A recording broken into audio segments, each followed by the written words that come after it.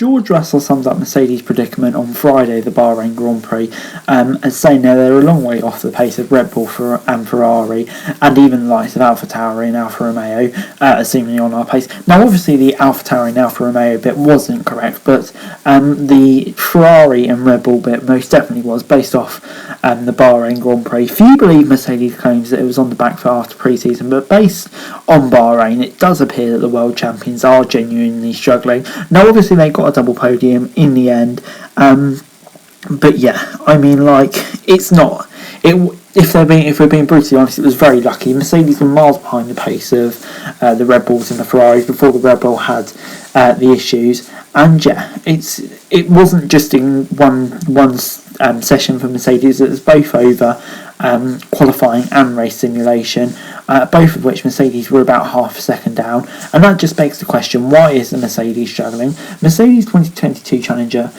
does look a handful to drive and is suffering from more extreme porpoising than another team. The excessive high frequency bouncing and balancing issues are concealing the fundamental baseline pace of the W13. The porpoising phenomenon seems to have stemmed from the return of ground effect philosophy that's been adopted from F1's new generation of cars as part of the biggest overhaul of the tech regulations in years.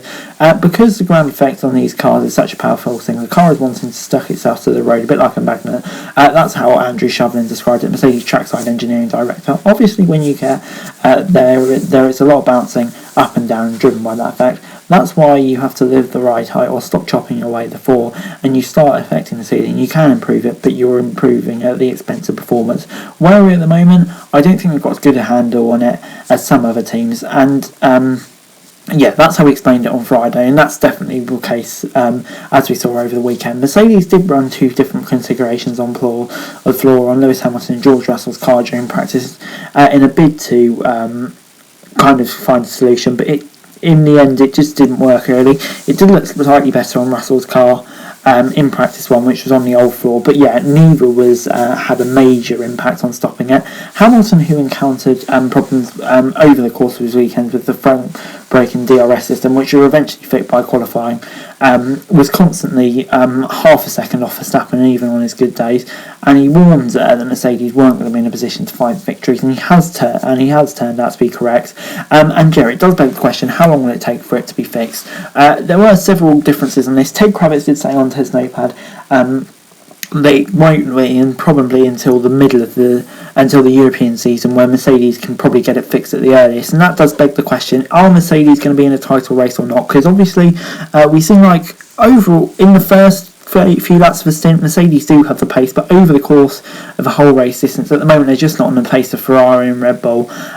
So yeah, at the moment Mercedes do rapidly need to find a fix and just hope that Red Bull, Ferrari keep having tech issues and taking points off each other, because at the moment it seems like that's the only way they're going to be able to compete for the championship. But yeah, Mercedes do need to bring upgrades and fast if they want to have a chance this season.